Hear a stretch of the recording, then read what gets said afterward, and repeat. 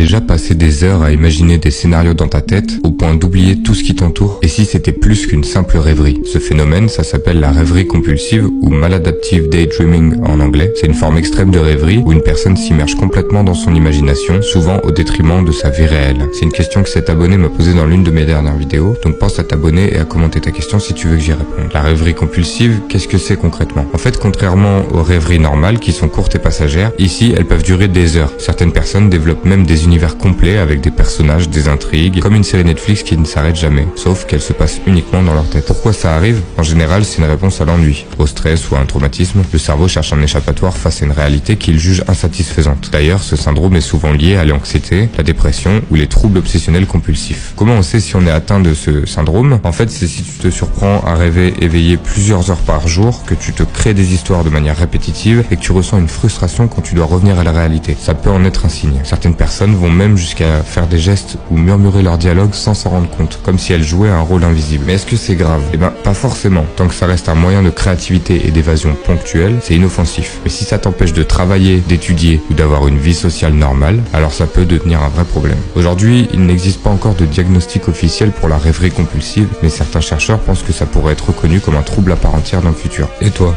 Est-ce que t'as déjà eu l'impression de préférer ta vie imaginaire à la réalité?